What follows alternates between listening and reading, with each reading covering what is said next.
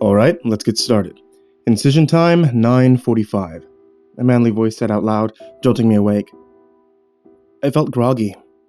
My eyes were kept shut by a tape covering my eyelids. I tried to call out for help, but quickly realized I couldn't form any words, nor move a single muscle. Was I paralyzed? Had I been in an accident? My mind was too shattered, unable to recall even the simplest information. Prepare the device, part 108. We don't have much time to get it into place, another voice said. A sharp pain shot through the back of my head, immediately followed by warm liquid trickling down my neck. I wanted so desperately to cry out in pain, but I could do nothing but listen to what happened as something dug deeper into my skull. Apply pressure right there, will you? Don't you see the bleed? The first voice said. It's not working, the second responded after a moment. Fine. Cauterize it. Skin flaps already made. The smell of burned flesh filled the air, making me feel sick. Luckily, I could feel my stomach had already been completely emptied. I knew I hadn't eaten in quite some time. Then it dawned on me. Surgery. I was in surgery. But I hadn't fallen asleep, and I couldn't move. The surgeon continued to burn my bleeding flesh, and as the pain intensified, I struggled to think back. All I had was a vague memory of a disease, some sort of cancer growing inside my abdomen. If that was the case, what were they doing inside my head? How's he holding up? One of them asked. His BP and heart rate are a bit high, but he's under for sure, don't worry, another responded. While I could hear and feel everything they did, I had no means of communication. Prefer to drill? They started to drill up, shaking my body as they put it against my skull.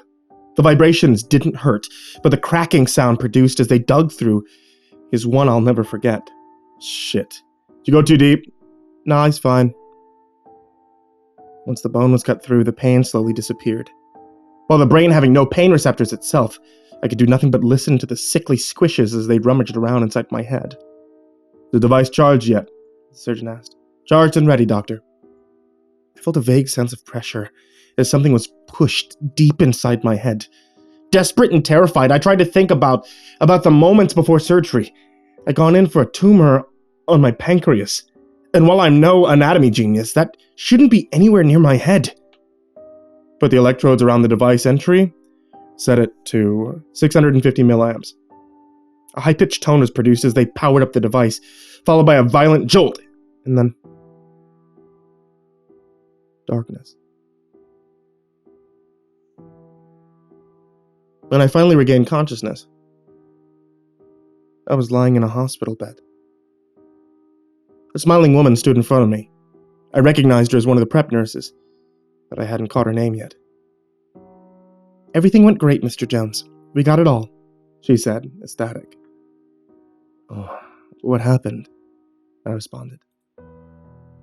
It's all right. The drugs might make you a bit woozy, but you'll be good in another hour or so. A doctor I hadn't seen before entered the room, holding a chart and a syringe containing a crimson but transparent liquid. Good afternoon, Mr. Jones. My name is Ethan. I'm just here to check up on you and finish the treatment. I peeked down at my abdomen. It stung. It was covered in a large bandage. Does it hurt? He asked. Yeah, quite a bit, actually. We'll up the dose of your pain medication in a moment, but first, let me give you the final part of your treatment now. This stuff burns a bit, he said, waving around the syringe. But even with most of the tumor gone, we've still got to kill off the stragglers. Don't want them to fester. As he prepared to inject me with the contents of the syringe, my mind started to clear. The memory of my surgery returned with a blast, and I violently reacted in bed, ripping the IV line out of me. You drilled into my head, I shouted. What are you talking about? Ethan said, visibly confused. I woke up during surgery. I heard everything the surgeon said. They put something inside my head. Ethan nodded his head in understanding. Mr. Jones, it's fairly normal to experience vivid dreams while under... Some even feel like they're floating around in the room watching the surgery. Some just have weird dreams. It's perfectly understandable to mix up fantasy and reality. No, it wasn't a dream. I even felt it, I argued, and I reached for the back of my head. There was no wound, hair still intact, no sign of any sutures. As I said, perfectly normal. I calmed down a bit due to his explanation, and I let him reset the IV and finish the injection. It burned as the liquid entered my veins, searing up my arm and neck. I felt lightheaded. "All done," Ethan said.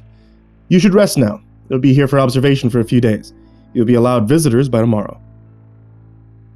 It had seemed all too real, yet my supposedly incurable cancer had been eradicated, only weeks after categorically being told I would die within 6 months.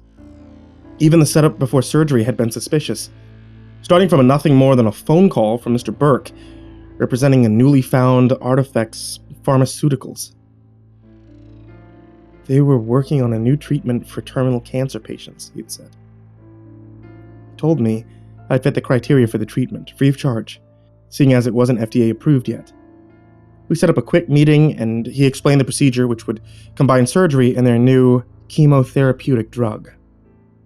At the time, my choices were either to die slowly and painfully from cancer, or to die quickly on the operating table. Naturally, being in the last stages of life, I took the gamble. And that's how I ended up miraculously cured, against all odds. The next week came and went. I was discharged with a bottle of pain medication to keep me going while I healed, yet I just couldn't shake the horrific nightmare from the day of the surgery. Out of curiosity, I looked through the papers I had been given by the company, surprised to find that nowhere in the 50-page-long document did they ever mention the name Artifacts Pharmaceuticals, nor the name of any employee.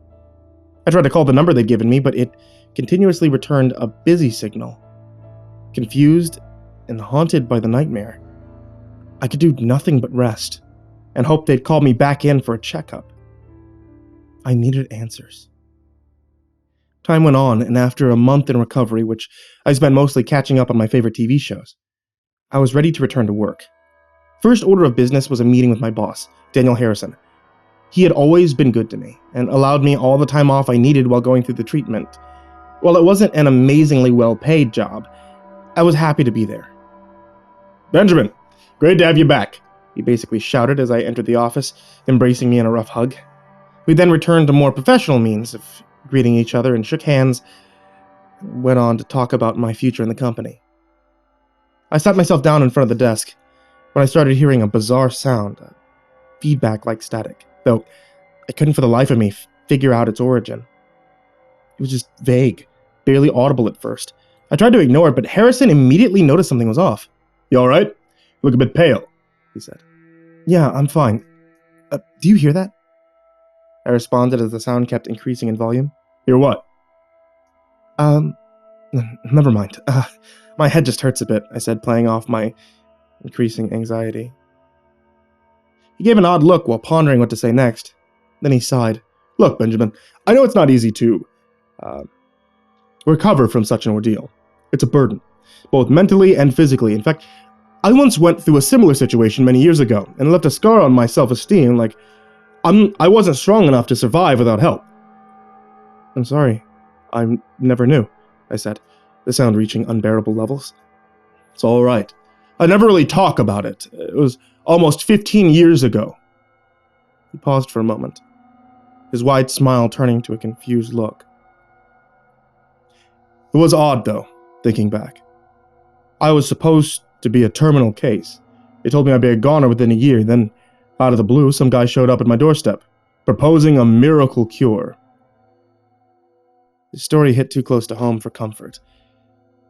"Can't even remember their name. Everything following the surgery feels somewhat vague, distant." "What was the company called again?" he asked himself. My boss chuckled. "It's all gone. I think something beginning with art, something." "Artifacts Pharmaceuticals?" "Yeah, that's the one," he yelled, barely audible over the static sound filling my head. "How'd you know?" "It's the same one that fixed me up. They said they were new." "That's odd," he simply responded. I excused myself from the office, claiming the headache was worse than I thought, and Harrison said I should take as much time off as I needed. No, he ordered me to take time off. No sooner had I left the office before the sound stopped. I let out a sigh of relief and hurried back to home once I gone over the documents.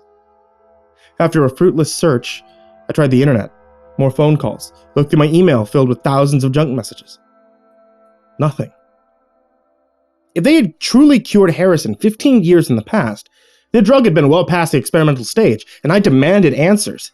The sound breaking my eardrums from within my own head, my awakening during surgery, the fact that no one I knew had ever heard about Artifact Pharmaceuticals outside my treatment.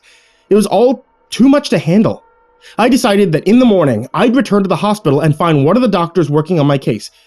But my head was shattered. I needed rest. That night, I spent lying awake, unable to find any comfort in the fact that I was cancer-free. Around midnight, my phone rang. One of my coworkers whom I hadn't spoken to since my treatment. "Benjamin?" he said in a somber tone. "Alex, I didn't really expect to hear from you. Why are you calling this late? Is everything alright?" "It's Harrison. He's dead."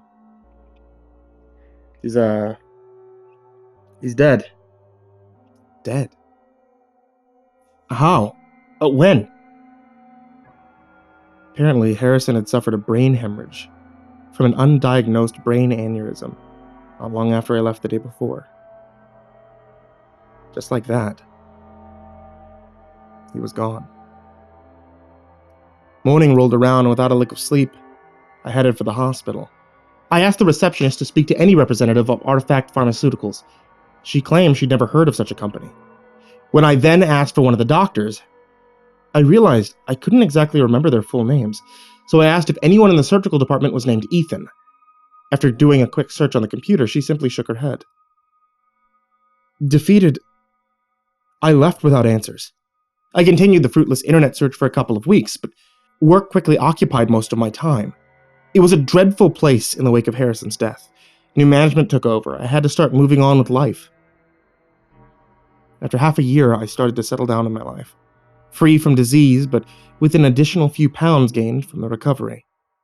In a futile attempt at combating the weight gain, I returned to the gym, spending most time running aimlessly on the treadmill. I was just reaching my first mile, a huge achievement for someone like myself, when the god-awful feedback returned, almost knocking me clear off the treadmill. I glanced to my side, noticing a man in his mid-40s who just started running next to me. Unlike myself, he was in an ungodly well-kept shape, wearing an oversized tank top, revealed a massive surgical scar on the side of his chest, nicely decorated with a tattoo of a tree, reading Arbor Vitae beneath it. He noticed my pained expression and stared. "You alright, mate?" he asked as he walked towards me. The sound intensified as he got closer, making me clutch my ears in agony. As suddenly as it had begun, the sound just stopped. The man in front of me fell over to the ground, briefly seizing before lying there lifeless. He'd suffered a brain hemorrhage. At least, that was as much information as I could get from the gym staff. I knew it was more than that. The man had died, just like Harrison. That horrific sound preceding his sudden demise. Following the gym event, I visited 3 separate doctors, begging them to have a look at my head. CT, MRI, whatever they could offer, I'd take it. I even told them about my cancer treatment, but no record of my hospitalization even existed. The first doctor recommended a shrink. The second was clueless. Only the third agreed to give me a scan to check for anything abnormal. "Well, Mr. Jones, luckily we settled for the CT because the MRI would have torn your brain to shreds. You really should have told me you had some kind of implant. Aside of that, the starburst basically made your scan unreadable." "Excuse me?" I said, confused but not entirely surprised that something in there didn't belong. "I'm sorry, a starburst is what happens when we put metal in a CT scanner. That's far better than putting you inside of a giant magnet. What implant?" I interrupted. The doctor showed me a section of the CT. A large flare-looking artifact covering most of the picture. But in its center was a diamond-shaped metal object. "I have to ask, have you had any brain surgery at all? Can't for the life of me figure out what that thing is, but it's clearly not a physiological formation," the doctor said, pointing to the thing inside my head. I don't know." "Well, have you been in any accidents? Maybe a car crash? Any other type?" Sometimes debris stuck inside you can travel through your blood vessels, regardless of where the original injury was. I had pancreatic cancer stage 3. They did surgery, they gave me some experimental treatment, but what exactly did they give you? He asked, sounding more curious than concerned. It was an injection, I think, and it was only once following the surgery. Look, Mr. Jones, I'm not an oncologist, but as far as I know, there aren't any single injections on the market that can cure cancer. What you need would be months of chemo spanning over several sessions. Whatever they gave you, it wasn't for the cancer. He looked over my head, and to my surprise, he actually found a scar that I myself hadn't noticed, though only a minuscule one. We have a scar for sure, but it's amazingly well hidden. Never seen anything so small from brain surgery. I tried to explain my experience during the surgery to the best of my limited memory, but he couldn't help. He told me he'd look into some different pharmacological trials to see if anything fit my explanation, but he didn't seem very hopeful. He couldn't even remove the damn thing, claiming it sat too close to my brainstem or something. So here I am, living life as good as I can, still waiting for answers. Maybe now and then the sound will return, and when it does, I just stop dead in my tracks and run the other way. I can't let anyone else die simply by getting too close. Whatever they did to me, I'm not alone. There are others out there with the same implant, and I fear we'll just have to wait to see what their purposes are. If anyone ever gets contacted by Artifact Pharmaceuticals, don't agree to any of their miracle cures. They're not trying to help us.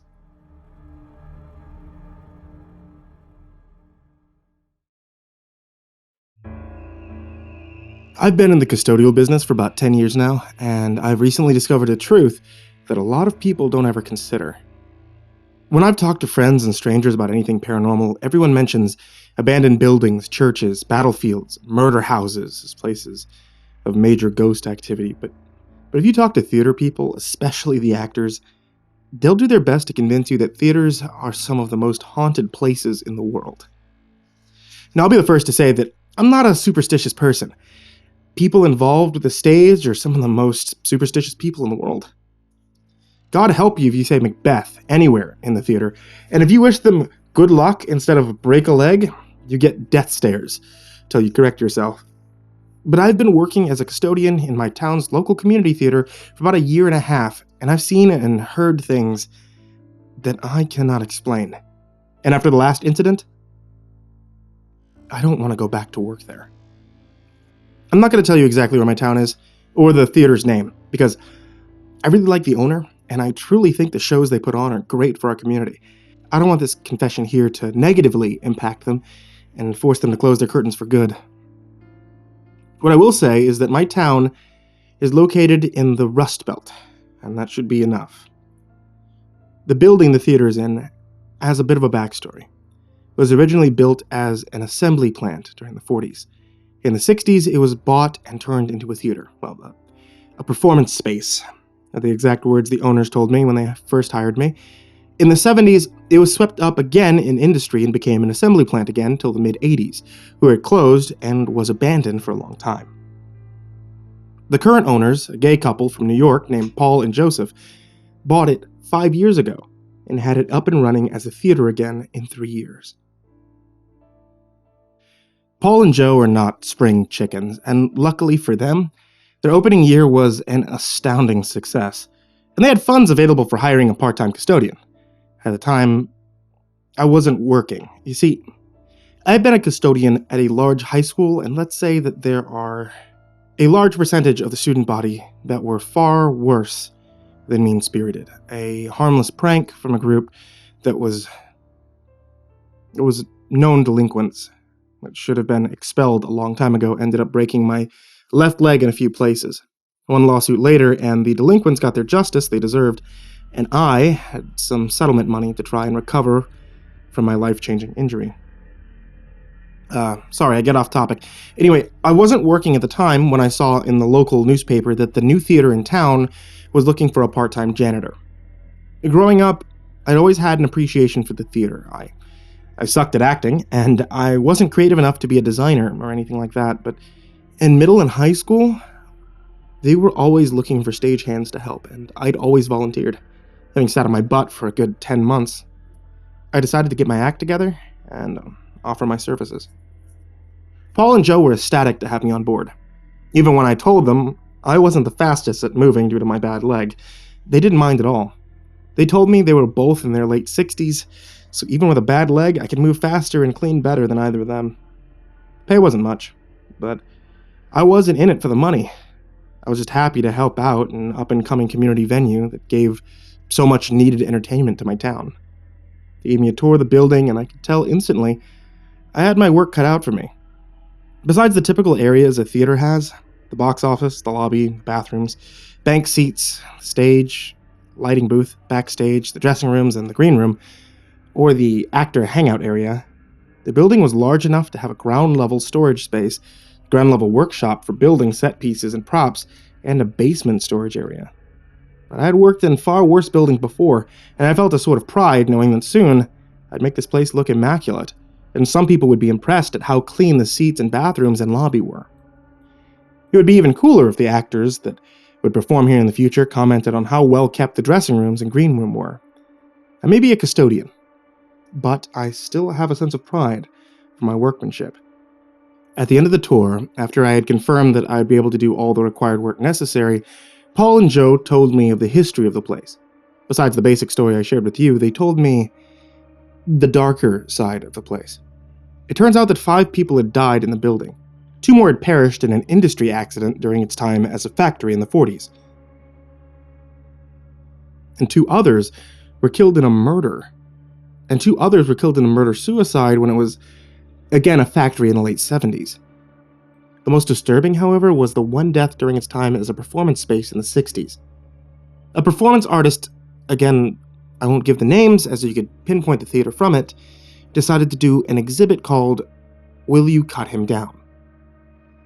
The piece was supposed to be a challenge to the then modern American squeamishness about death and suicide. The exhibit was supposed to feature the performance artist after he had hanged himself. He had used makeup to make it seem like he'd been hanging there for hours, and the challenge was, would anyone try and cut him down? However, a mistake was made, and the artist ended up hanging himself for real. In the hours that followed the opening of the exhibit, the people that flowed in and out of the place were gawking at his corpse, noting how realistic it looked. It was only discovered he was actually dead when everyone had gone and his assistant tried to tell him he could stop his performance. Needless to say, the place was quickly closed after that. I must admit the story of this performance artist was spooky, but it was no big deal to me.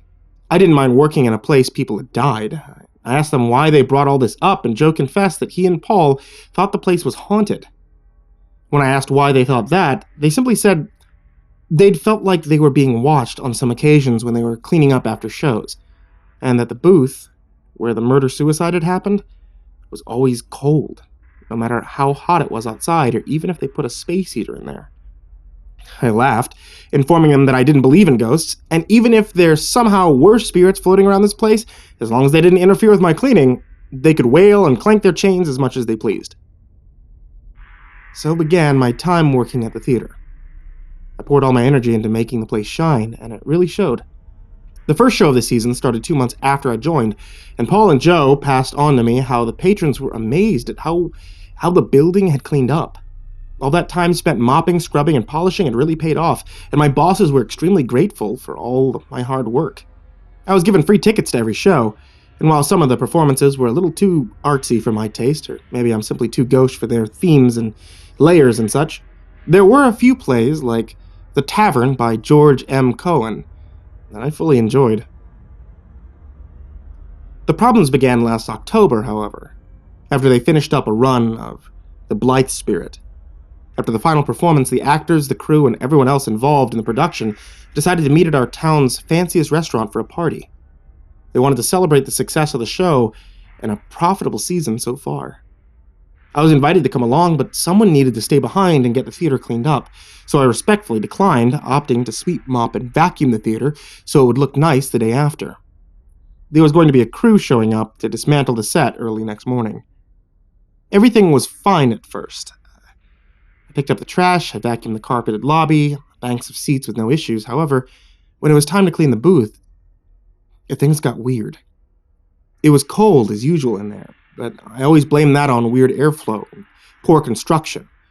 There are tons of wires in that booth connecting the theater's lights and sound system to the actual lights and speakers, so someone must be very careful when vacuuming not to accidentally unplug something. So I was used to having to turn off and on my vacuum a couple of times in that room to rearrange where it was. That night, when I first turned off my vacuum to move it to a different spot in the room, I heard something. It sounded like whispers.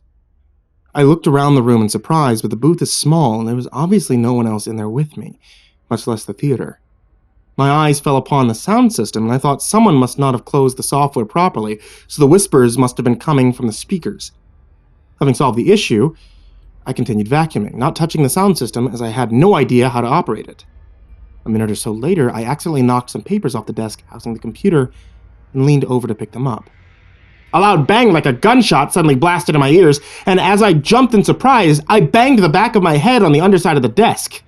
It hurt really bad, and as I stumbled away from the desk, trying to open my eyes through the pain, I swear I could see some black form standing in the doorway of the booth. Through squinted eyes, it looked like a floating cloud of blackness just hanging in the air in front of me. An aura of menace emanating from it. When I took a few seconds to compose myself and look back to the doorway, there was nothing there. I later found out on my own that the man who committed the murder in the 70s shot his coworker for sleeping with his wife before turning the gun on himself. Nothing else happened that night, but it seemed that was the dam bursting when it came to spiritual activity. I didn't bother telling anyone else about the incident, but when they began happening more and more, I started keeping a log for both myself and my bosses. There were some of the things that Paul and Joe had felt before, like someone was watching me throughout my cleaning routine across the building. Some strange movement of shadows, lights flickering on and off, but there were a few scarier incidents. One time, soon after the first incident, I was cleaning up sawdust in the workshop, as it was a major fire hazard, and I was sweeping all the sawdust into a big pile near the center of the room. I was backing up towards a large table saw Joe had recently bought. As my back just touched the end of it, it suddenly sprang to life with a loud whirring sound. I recoiled from the table instantly, turning around to see who had turned it on. No one was there. It was suddenly silent. The saw blade wasn't moving, and the thing wasn't even plugged in. Another event that came to mind happened in March. The play they were doing at the time involved an old man in a wheelchair. As I was cleaning the stage after a dress rehearsal with only the ghost lighting being on as a light source. It's not what you'd think. Look it up. As I finished sweeping up the last of the dust into my dustbin, a creaking noise reverberated throughout the stage. I slowly turned my head and glanced back to see the wheelchair with no one in it or pushing it, slowly wheeling its way into the very edge of light cast by the ghost light. I stared at the thing for a full moment, not daring to breathe or blink. I was waiting for something, anything, to happen, and all the muscles in my body were tensed up, ready for explosive movement. It just sat there, half hidden in shadows, like it was waiting for me to make a move. I finally reached the conclusion that maybe the wheels were a little bit loose, and for some reason it had just rolled out of its place on the side of the stage by sheer coincidence. I relaxed, set my broom and dustbin down, and slowly walked over to the wheelchair and pushed it back to its place. I leaned down and grabbed the wheelchair by its armrests, ready to push the thing straight back to its holding spot. As my head was closer to the darkness, however, I saw something that stopped me instantly and made my blood run cold. On the back handles of the wheelchair, just out of the illumination of the ghost light, were two black hands, gripping the handles tightly. They were covered with scars, burns, and cuts that had no blood flowing from them, and whatever arm they were attached to disappeared into the darkness behind them. I immediately turned and bolted from the building, stopping only to lock the front door behind me, partly to stop burglars from getting in and partly to stop what I'd just seen from following me out. Yet everything else pales in comparison to what happened last week. It's worse by far, and it's making me wonder if I have the mental fortitude to keep working at the theater. Joe and Paul are now good friends of mine, and I've truly enjoyed my time working for them, helping the theater thrive, but after last week, I'm honestly afraid my life would be in danger if I entered that place even one more time. Last week, I was cleaning the dressing rooms, getting them prepared for another group of actors to come use them. Must have been around 10 p.m., and I was alone as usual. I was wiping down the mirrors and makeup desks that we used in the dressing rooms. There's a loud clock in both male and female dressing rooms whose ticking is almost so loud you could hear it in the hallways outside. So I was wiping down the desk, lost in thought about something. Maybe it was about a show I watched. I can't remember. What I do remember, however, is suddenly realizing that I can no longer hear the loud ticking of the clock. Now, this is very strange to me. Clocks do stop, so I turn around and I look at it to confirm it stopped. Now, it had stopped, but that wasn't what made my eyes wide and the hair stand up on the back of my neck. It was the noose hanging mere inches from my face that caused my heart to start pounding like crazy. Not only was the rope close to my face, but the noose was hung low enough to slip over my head and onto my neck perfectly. As I stared at the knotted contraption of death in confusion and terror, another sound came to my ears. The creak of a slightly swinging rope. And looking into one of the far mirrors, a chill ran down my spine as I could see a second rope dangling down from the blackness of the ceiling behind me. But this rope was pulled completely taut, like something was hanging from it. And that's when I saw it. In the mirror, I could see part of a face peering out from behind me, watching me watch it in the mirror. Only the top left side of the head was visible, but what I could see made me shake in abject horror. Long, stringy gray hair fell off the side. The skin of its forehead was pale from lack of blood. Its one visible eye socket was deeply sunken in and dark, but the eye itself was extremely bloodshot, almost completely red, with a small trail of blood following the single droplet that fell from its eye. With each creak of the rope, it would swing into view and then disappear behind my head again. My teeth were chattering by now and my knees quivered. It was everything I could do to keep myself standing, afraid that if I fell the noose in front of me, it'd be there to catch my neck and lead me to eternity. But my breaking point was the voice that suddenly invaded my ears, audible even over the seemingly deafening creak of the hangman's noose. In a voice no louder than a whisper, straining through vocal cords crushed inside of a long dead throat, I heard, "Will they cut you down?" I screamed, smacking away the dreaded rope in front of me violently and running as fast as I could out of the building, not even caring to lock the front door behind me.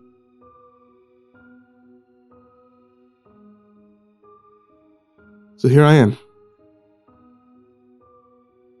telling you all about this. I really don't know what to do. Working for Paul and Joe has been great, and it wouldn't be fair to anyone else they hired to have to deal with whomever or whatever is inhabiting that place. I met Joe and Paul outside the front doors of the theater yesterday to talk in more detail about it. I thought it'd be fine since the sun was shining strongly, but after a few minutes of conversation, I peered through the glass. A quick moment while Paul was talking to me. Past the lobby, through the open doors that led to the darkened theater. Next to the lonely ghost light on stage, providing the only source of light, was a long, rotting coil of rope descending from the blackness of the rafters. A noose tied tightly at the end of it. I think I need a different job.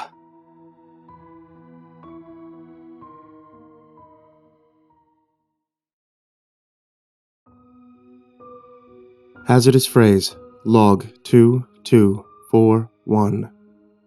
Ride your boyfriend like a horse. The phrase, ride your boyfriend like a horse, which cannot be here in its true form due to contagion risk, causes extreme delusions and mania in subjects who are exposed to it. Patients who hear or read this phrase will suddenly be overwhelmed with a compulsion desire to complete this task, riding your boyfriend like a horse.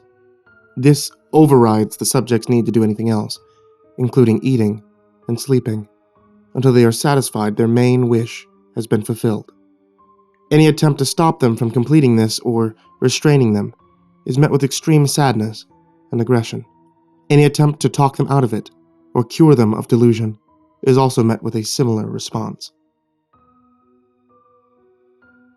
Patient logs. Number 1. Patient 0 is a 33-year-old Caucasian woman who is believed to be the originator of the phrase and first to come under its influence. After recovery, she was able to give an account of writing the phrase first in her personal diary before becoming overwhelmed by its effects. Fortunately, her ordeal was quickly dealt with after pushing her boyfriend to the ground and riding on his back. This is considered the least harmful incident to date. Number 2. Alyain was the head researcher of the case of Patient 0. It is believed he became infected after reading the phrase in the original diary. Not much is known about his experience, other than what can be deduced from the events that followed. Alyain came home to his wife at 7 p.m. No co-workers had reported any unusual behavior during the day up until him leaving work at 6 p.m. Next-door neighbors recalled hearing screams at 7:03. Alyain killed his wife with a kitchen knife, seemingly on sight. Her throat was cut, and her body left on the floor where she had fallen for a further 11 days until she was found by police. Researchers believe Alyain viewed his wife as the first obstacle standing in the way of acquiring a boyfriend to, quote, ride like a horse. He had spent the next 11 days after the murder in his room, signing up to 10 gay dating apps and making 490 profiles. He had not eaten during this period. On recovery of the patient by police, he was handed over to and then executed by researchers. Number 3. Claire was the second research assistant who had first come into contact with the phrase in the incident log reports following Alyain's death. This accidental contagion happened after the files had already been scrubbed of any hazards and examples by the phrase, being replaced by the harmless, ride your boyfriend like a horse. It's believed a technical glitch during the file backup caused an autocorrect software to activate. This changed the phrase back to its original spelling, with O's instead of zeros. The effect of the phrase was hazardous once again, causing Claire to attempt to ride her boyfriend like a horse. Co-researchers noticed unusual behavior after her work on the Alyain files and alerted security. 20 minutes later, Claire was spotted in a nearby park, assaulting an elderly man who she claimed had, quote, refused to begin dating her. Researchers were forced to execute her and 3 nearby witnesses. 4. Adrienne was the last known infected subject before containment of the hazardous phrase. She was discovered 9 months after the initial Patient 0 event. It is suggested she secretly read the diary of Patient 0, as they had been sharing an apartment. The following account of the subject's actions come from interviews with friends and forensics analysis. Adrienne firstly made efforts to divorce her husband, although this relationship appeared to remain strong and continue. Her husband at this point could be considered her boyfriend instead. After the couple moved to the countryside, they were not heard from, and her friends report a severing of all contact. It was only after 9 months that researchers discovered the oversight of not interviewing Adrienne during preliminary investigation into Patient 0 case. She was tracked down, and the couple's new home in the country was found. Field agent logs from inside the house describe the mutilation and deformities inflicted on the boyfriend. His body was recovered from a locked basement, where he had been kept in a large cage. The body was suspended by a ceiling harness, and his back was equipped with a saddle bound by rope. Bones in the arms and legs were shattered, causing the limbs to rest on the floor, mimicking a horse's 4 legs. His jaw was dislocated, and the face and eyes were disfigured with plastic surgery, making his face crudely resemble a horse's. Psychological examiners suggest Adrienne had forced him into this position so he looked like a horse before she rode him. Bruises show she had ridden the saddle on his back until his death. Her body was also recovered in the house, hung by the neck. This is a breakthrough case, as it implies the hazardous phrase, "ride your boyfriend like a horse," can be interpreted differently by subjects, even within their delusional minds. These files will be continually updated as more work is conducted, and new human test subjects begins, starting with controlled exposures.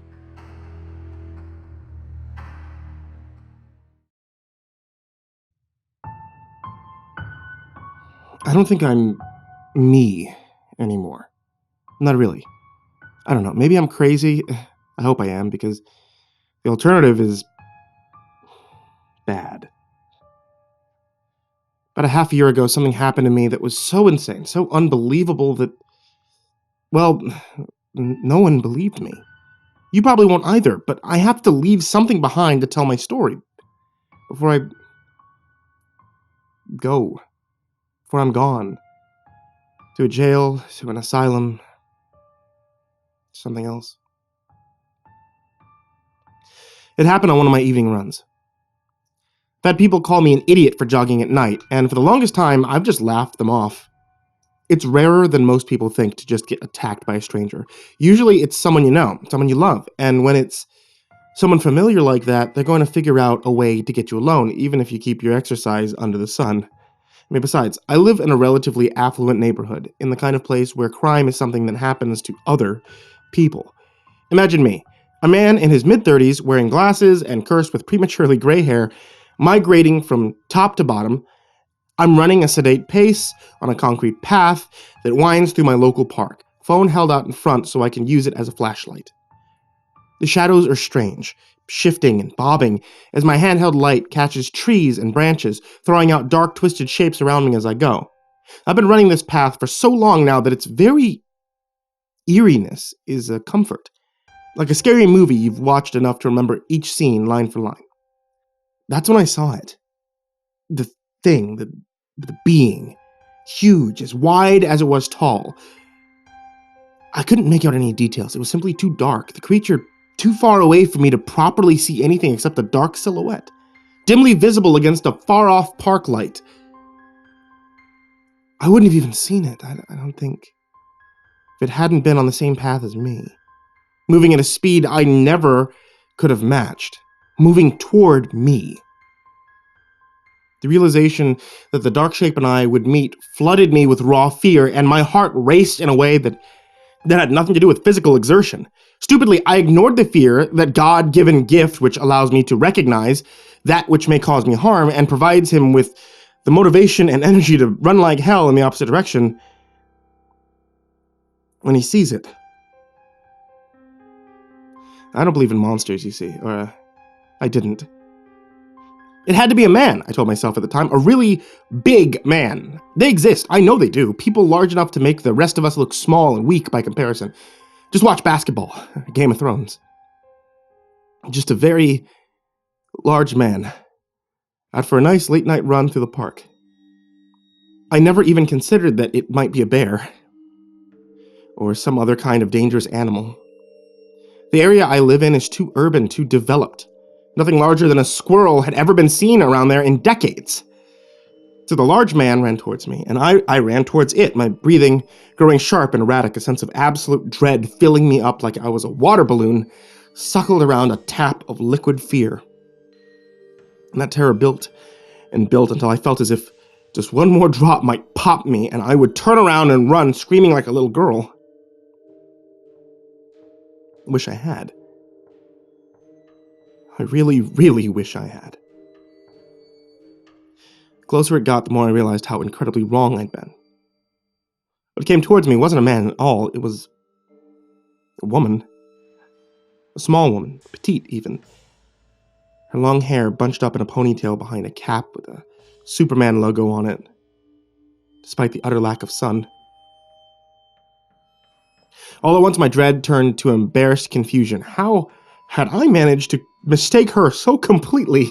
The shadows, I'd rationalized. A confusing perspective, that's all. As she came close, I turned the harsh white light from my phone away so I wouldn't blind her. She raised a hand in quiet greeting. Already, I had shifted my thoughts away from monsters to more mundane curiosity. No one else, as far as I knew, ran the same path as me this late, so meeting her here now was interesting. She responded with a wave of her own, along with a smile. A small smile. We came together side by side, her on my left, our shoulders practically touching. I wondered what it might be like to meet her again along this path. I was single. I thought she was pretty, and for the briefest moment, I imagined a montage of us slowly developing a connection as we met each other over and over again over weeks or months of shared nighttime runs. Make a good romance movie, I thought, if it hadn't already been made. Then she twisted, jerking with unnatural motion to grab me around the neck. We stopped in a way that shouldn't have been possible. One instant we were running in opposite directions, the next we were standing motionless, her hand around my throat, holding me still with iron strength. I gasped and gagged, too shocked and stunned to fully understand what was happening, and then something pulled at me, and I don't just mean my body, I mean me, in a way I simply cannot even begin to describe. When I think of that moment, all I could imagine is a young kid sucking loud at a milkshake through a straw, but the metaphor doesn't even approach the sensation I experienced. My vision faltered and I blacked out for what I'm pretty sure was only moments. When I came to, I was alone and on the ground, alone and scared, alone and confused, but alone. The woman was gone. I picked up my phone and sprinted home, faster than I ever had before. And I don't mean that was any kind of exaggeration. I mean that literally. I track my runs through my phone's GPS, so it'd be pretty easy for me to check. And then life went on. Like nothing had happened. I don't know that I can explain how horrible that feels to have something so completely unimaginably strange and terrifying happen, and for not to matter in the slightest. If you've ever lost a loved one, probably understand what I mean. Feels like something should give, some shift under the momentous weight of what has happened, but the world is simply too big and uncaring to pay much mind to something so small as a death. Or what happened to me. At first, anyway. I made an appointment with my doctor and asked for a checkover. I'd vaguely encouraged her to focus on my neck, where the woman with the Superman hat had grabbed me, but apparently that had left no mark because she found nothing out of the ordinary. According to her, I was in perfect health. I told the story to my friends, but they just laughed, asking me whether I'd emptied out my small stockpile of shrooms before the run. After a few months of absolutely nothing strange happening to me, I even believed them. Started to run again after that. It was horrible at first. I found myself jumping at every shadow. As you could probably guess, in the dark park, I made my gait sounding like a kid on a pogo stick. I made myself reacclimate to it, forcing myself to believe my fear was irrational, faking it until I eventually made it, locking the memory away so I could get on with my life. And then I started losing time. Hours of memory simply erased from my mind. I'd be at home or leaving work or eating lunch or whatever, and then I'd be somewhere else, somewhere I didn't remember going, a street I didn't recognize, a shop I'd never been to. Once I even ended up in a park late at night. And for a moment I thought it was the usual one I ran through. It wasn't.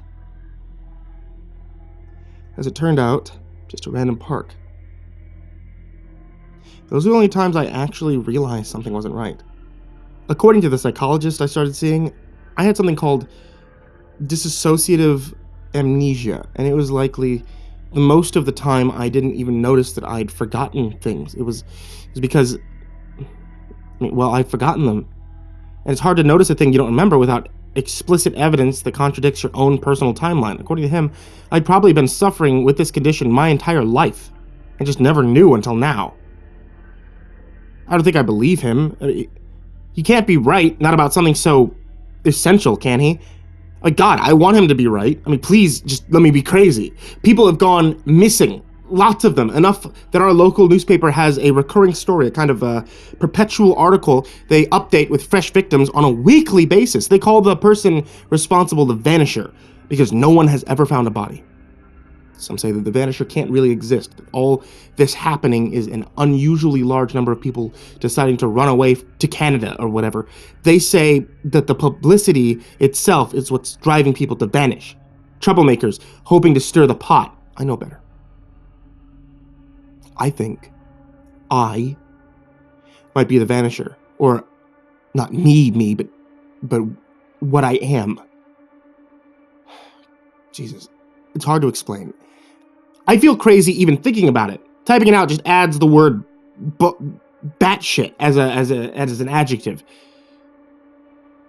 But it's good that it's insane. Insanity is the only thing that gives me hope at this point. I swear, I don't remember doing anything to anyone.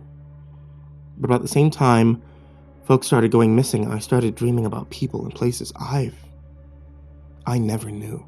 I've never been to, random faces, I thought, until one of them appeared right in front of me on the TV. A mother crying, desperately asking for people to come forward with information about her son, claiming she'd pay any ransom the kidnapper wanted as long as she got her boy back safe.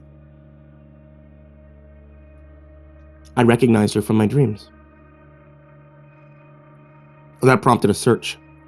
On my part, an investigation into the people who disappeared, into their families and friends. I watched video after video, read article after article, anything with pictures or footage of people the Vanisher's victims might have known. I recognized far too many of them, even though I'd never seen them before in my life. I even guessed their names before reading them. How? How could I possibly know them? Dark thoughts imagine me as the serial killer, psychotically killing people during my blackouts, like I was in some cheesy crime serial. But even if that was happening, even if I was a modern-day Jekyll and Hyde, how the hell did I know their family members? Was I casing them, stalking them? And surely there wasn't enough time for that in the hours lost to me. In my search, which began calm and rational only to devolve into something mad and desperate, I found a web article claiming that the Vanisher wasn't new, that he or she had been active for years without anyone noticing, albeit on a much smaller scale.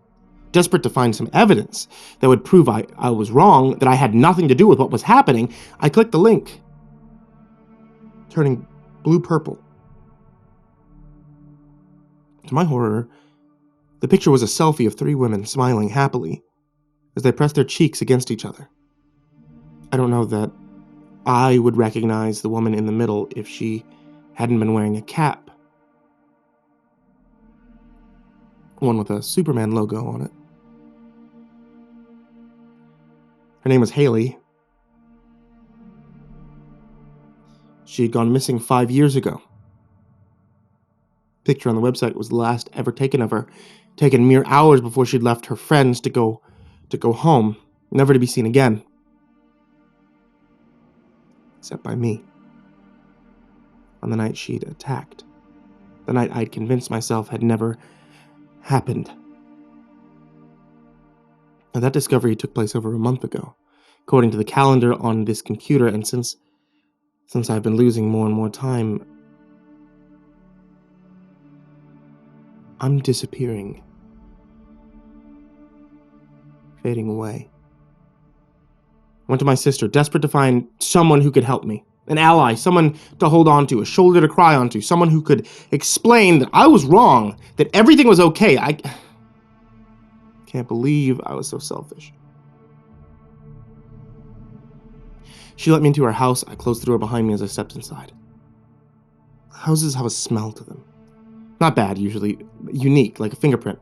My sister's house Smells of wood and popcorn, and as that scent, familiar from countless movie nights, wafted over me, I relaxed.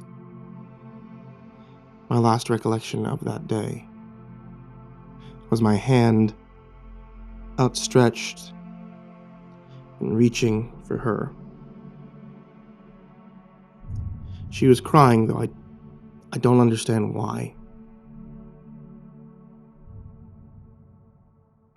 Later, I don't know when exactly, I was walking inside a mall when I saw my sister's face staring back at me from a newsstand. Family torn apart as Vanisher continues spree, the headline read. The one her face was plastered under. This was the article I described earlier, the one the paper keeps updated with the latest victims. It wasn't just my sister on that page. My own face was there too, a smaller picture about halfway down, nestled amid a grid of the other victims, the lost. Only I'm not a victim, am I? I tried to scream, to shout out that I wasn't missing, that I was standing right there, right in the middle of the crowd, but the words never came out. After briefly looking over the stand, I just stepped away, uninterested in my own damn disappearance. I caught a reflection in a window as I passed by and watched with abject horror as I idly examined myself in it. A complete stranger. A man I'd never seen before stood in my place, checking my hair. Once more I attempted to shout, but once more the sound refused to escape from my mind into reality. I simply continued walking along the street, hands comfortably cozy inside the pockets in my jeans that were far tighter than any I'd ever previously felt comfortable wearing. My thoughts were muddled and confused. The stranger's actions felt like my own, right up until I directly tried to oppose them. Then I felt trapped. A passenger in a body that was and wasn't my own. Eventually the world dulled, then outright vanished. A few hours ago I awoke, lying on top of a public bench and covered in old newspapers, a dog's lead grasping in my hand. I have no memory of how I got there, and the dog I didn't know yapped and growled at me until I left. I went to a nearby library looking for somewhere warm and hopped onto a computer, the one I'm on right now. I've spent the last hour writing this out, trying to sort through my thoughts to leave behind an explanation. I hear voices screaming in the back of my head. So quiet but so loud. I think they've been there for a while. I've only just noticed. I think I recognize one of them. More than the others. Amber, sis, if you can see me typing this, I'm sorry. I'm so sorry. The next time I fade away, I don't think I'm coming back. Not really. I think I'm going to be one of the screaming voices. I hope I'm insane. I hope that the next time I wake, I'll be wearing a straitjacket and stuck inside a padded white cell. But I don't think I will. I'm so scared.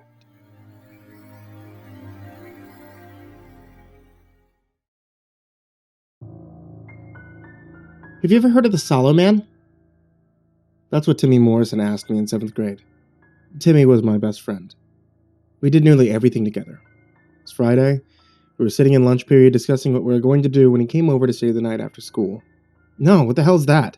I asked him, rolling my eyes because I figured this was going to be another one of Timmy's stories that his sister told him. Timmy put on that face he'd always put on when he was talking about something that someone hadn't heard of before. My sister told me about him. She said he comes to you if you say some words in front of a mirror. I don't remember it all, but I wrote down what she told me. I figured we could try it out at your house. I rolled my eyes to make it seem like I thought it was childish. But in truth, I was interested. Creepy stuff like that always interested me, even though I knew it wasn't real. I just like hearing the stories. I didn't want Timmy to know that I wanted to hear about it, though, because then he'd just have something to be smug about. It's just more of that Bloody Mary crap where she just comes out of the mirror to kill you, I asked him. pretending to pay attention more to my mashed potatoes than the conversation. No! The Solomon comes out of the mirror after you recite his poem. Then he kills anyone you ask him to. That's what my sister said anyway, Timmy said as he turned to eat away his own tray. There was a poem involved, though, I thought. Now, I really did have to know more. What do you mean? What poem? I asked him. Timmy lazily reached into one of his many folders that he carried around for school and pulled out a piece of paper that was a bit crinkled. He slid it over to me on the cafeteria table, and I examined it without picking it up. This is what it read. In dark halls within the after. From those halls you hear my laughter. Dark thoughts entreat your mind. Too far now, break down my bind. I will take what ails you in this land, and I will leave no trace, for I am the Solomon. I nearly laughed as I read the last lines. I was up for anything spooky, sure, but this was really corny. Timmy, you don't really believe this crap, do you? Your sister was probably just messing with you. Timmy didn't say anything at first. He just concentrated on his tray for a minute. Then he said, Brandon, do you remember last year when my parents were fighting a lot? My dad was drinking all the time, and I stayed over at your house nearly every night for a while. Of course I remember that. Timmy was over at my house every night. My parents allowed it because they knew what was going on. It was a small town. Everyone did. Yeah, Tim, I remember, I said. The mood was now solemn. My dad hit my mom a lot. And whenever me or my sister were at home, he'd call me a bastard. He would call my sister a whore. It was a nightmare. I could sense Timmy's gaze turn toward me, so I looked up from my tray as well. He stared at me for a moment, waiting for me to say something. So I did. Thought your dad stopped drinking, though, and everything was okay, I asked, trying to lighten the mood a bit. Timmy responded then with anger starting to edge into his voice. Yeah, he stopped drinking. But nothing got better. Sure, he stopped hitting Mom, but she barely speaks to him, or anyone else in this town anymore. I know it's because of him. I know she's still afraid of him. I was a bit shocked. Timmy never mentioned anything about that before. I just figured once Timmy started staying at his house again, everything was fine.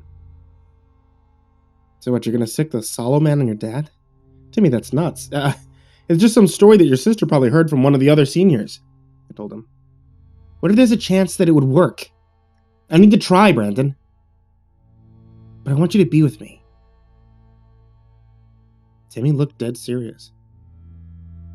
I don't know, Tim. It seems silly, I told him. Please, Brandon, I need you there. Please. Timmy gave me a look of pure desperation. I felt sorry. I decided that I'd be there for him, to support him. He lived in a broken home. He was grasping at straws. I knew it couldn't be good for him, but he was my best friend. What choice did I have? Okay, Tim, I got your back. Let's summon a ghost. Next thing I knew, it was after school. Timmy and I had locked ourselves in my small downstairs bathroom at home. Do the lights need to be off or anything? No. At least I don't think so. I think all I have to do is recite the poem in front of the mirror, and then he appears. Timmy pulled out the piece of paper with the poem on it that he had in his back pocket, then cleared his throat. I stood back and leaned against the wall with my arms crossed. Usually when people did this sort of thing, it was in the dark, maybe with a lit candle or two, but the lights were on. The floral wallpaper that was all around my bathroom didn't exactly inspire fear, so I felt pretty stupid in that bathroom with Timmy. I was just thankful Mom and Dad were still at work, so they didn't catch us and wonder what was going on with their son. Timmy finally began to speak after what seemed like minutes. In dark halls within the after. From those halls you hear my laughter. Dark thoughts entreat your mind. Too far now, break down my bind. I will take what ails you in this land, and I will leave no trace, for I am Solomon. Timmy spoke loudly, clearly. When he finished, he held his breath, waiting for something to happen. At this point, I was absolutely convinced Timmy was wasting his time. I sighed and I closed my eyes, waiting for him to realize the same thing. I heard him gasp, which I took to be a sound of defeat. I opened my eyes and was about to console Timmy But then I saw the real reason. He had made a sound. When I opened up my eyes, I saw the mirror no longer showed our reflections, but a long, dark hallway. The hallway's floor, walls, and even its ceiling seemed to be moving, undulating back and forth like the insides of some giant worm. The hallway was poorly lit by some unseen source. And at the very end of it, I could see the shape of what looked like a man moving towards the mirror. For a moment, I was stuck in disbelief.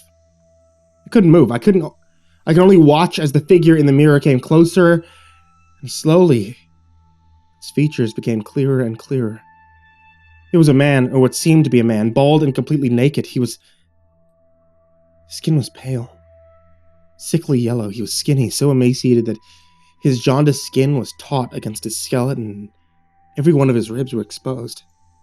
With thin and lanky legs, he walked ever closer to the mirror with a shambling gait. His long, ghoulish arms dragged his knuckles along the hall as he walked, parting the undulating floor a fleeting moment before the floor came back together. When I noticed this, I squinted my eyes to try and reshape in my vision in an attempt to see what it was that was making the floor and walls quiver like they were. The cause of the moving floor became clear as they started to move from within the mirror and out into the bathroom. Cockroaches. The insects began to spill out of the mirror and onto the sink and floor below. That was enough for me. Timmy and I had to get out of that bathroom. I reached out for Timmy's arm and tried to pull him away, but he wouldn't budge. He stood transfixed, his eyes glued to the mirror, the nightmare that was approaching. Tried a few more times to pull him away, shouting at him to snap out of it, but he wouldn't move. It was as if something unnatural was holding him in place and wouldn't let him go. I gave up and I turned tail, hauling ass for the door. As soon as I reached the door handle, thousands of cockroaches, moving impossibly fast, covered the handle, and immediately after the door, leaving the door obscured completely by writhing and hissing insects. I yelled, cursing and screaming as I turned around to go for the other window on the other side of the bathroom. I was silenced when I was met with the sight of a room no longer recognizable as my bathroom, but was now more reminiscent of that hallway in the mirror. The walls and ceilings were covered in insects. When I looked down, I saw that the roaches covered the floor below, making only 2 small spaces where my feet stood. I dared not move then. I didn't know what would happen if I were to step on one of the bugs. I hate the awful thought that if I were to move at all, the insects would strip my bones completely of flesh. I lifted my head slowly to the now dimly lit room. Flashes of light would strobe here and there as the roaches crawled along the light shade on the ceiling. I could now see 2 yellow and gnarled hands had appeared on either side of the mirror, and I knew the Solomon had come. Timmy stood there, his eyes still wide, his stature still unmoved. I distinctly remember a smell then, a sickly smell that called to mind dirty bedpans, and I had to cover my mouth and nose not to gag. Still, this didn't seem to bother Timmy whatsoever. When the awful smell came, so too did the Solomon's head emerge from the mirror. His bald head was face downward, and his neck stretched far into the room until his head was inches in front of Timmy's face. A voice came then, a hissing voice that seemed to come from the insects and echo all around the room. "Who is the one to be taken to the after?" the voice said. Timmy moved then, for the first time since he recited the poem, by smiling a wide and unnerving grin. "My father," Timmy said, loud and clear as if delivering the death sentence himself. In retrospect, I suppose he was. There was a murmuring sound then, as all the insects began to vibrate loudly. Then after a moment, the insects parted and swarmed around the walls to the left of the mirror, and a man, who I recognized to be Timmy's father, rose from within the wall of swarming bugs. His face was pale, his eyes were wide with fear. The insects were swarming him, presumably pinning him to the wall. I'm sure he would be screaming if the cockroaches weren't covering his mouth. "This is the one to be brought into the after," that awful hissing echoed again, entreating an answer from Timmy. Without breaking his grin, Timmy said, "Yes!" As if heeding the call, Timmy's word. The insects then began to swarm onto Timmy's father's mouth. His eyes showed his desperate fear as thousands of cockroaches began eating him from the inside out. I would say it was gruesome, but the insects were quick with their work. They devoured every bit of Timmy's father within seconds, leaving nothing left. Had my eyes not been glued to what was happening, I might have blinked and I would have missed it. I looked back to Timmy, who had a satisfied and almost relieved look on his face, but his look soon became one of terror as Solomon spoke once more. Now you will join me in the after, boy. Such is the price to be paid. Timmy didn't move at all, save for the horrified shock that crawled over his face. I don't know if it was terror that kept him in place or if it was the Solomon, but Jesus Christ, I wish I didn't see what happened next. The Solomon lifted his head slowly, revealing a face that had no features, no eyes, no nose, no discernible marks whatsoever as far as I could tell. The only thing there was a mouth. The Solomon's lips, like the rest of him, were stretched tight, making his human-like and yellow teeth seem bigger than they were. Stunned into helplessness by my own fear, I could do nothing but watch as the Solomon's jaw unhinged and stretched to an impossible size. He then reached for Timmy and grabbed him, picking him up just as easily as if he weighed nothing at all. The Solomon then shoved Timmy into his mouth hole. Just like that. Gone. Impossibly, my best friend was thrown into that awful ghoul's throat. I didn't even hear Timmy scream as the thing swallowed him. Tears were falling from my face freely as the Solomon closed his maw and turned his attention towards me as the insects began to retreat into the mirror and behind him. Just before the Solomon disappeared behind the mirror, he smiled at me. I could feel his eyes that he did not have, burn into me. A buzzing sound filled my ears then, and I began to faint. And just before I hit the ground, I saw the Solomon duck his head back in the mirror and disappear. My mother arrived home from work at around 4 o'clock. She found me on the bathroom floor, passed out with the door closed. When Mom woke me up, my head was hazy. It took me a moment to recall what had happened. It was hard to think with Mom asking me over and over if I was okay, but when I remembered, I became frantic, telling her something had happened to Timmy and he disappeared. But I left out the part about the Solomon. My mother looked at me like I was crazy. "Who's Timmy, dear?" she asked with a raised eyebrow. "Mom, you know Timmy. He's my best friend." "You made a new friend? What do you mean he disappeared?" I started to tell her that Timmy had been my best friend all my life. I was going to tell her that he had stayed over almost all of last year, but a sinking feeling in my stomach stopped me, and I pushed past my mother to the house phone. I was going to make a call to confirm my suspicion, but I hoped on a hope that I was wrong. I dialed Timmy's number, and his mother answered. "Hello? Hello?" I took in a deep breath and asked, "Hello, is Timmy there?" "I don't know any Timmy, but maybe you have the wrong number, sweetie." Timmy's mother sounded much happier than I had ever heard her before. It wasn't enough to stop the tears from forming in my eyes, but it did prompt the next question I asked. "Are you married?" I asked, knowing how silly it sounded, but I had to know. No, but I don't see how that's any of your business. Does your mother know you're using the phone?" I didn't reply. I just hung up. I turned and went up to my room, dodging all my mom's questions, and I went straight to bed.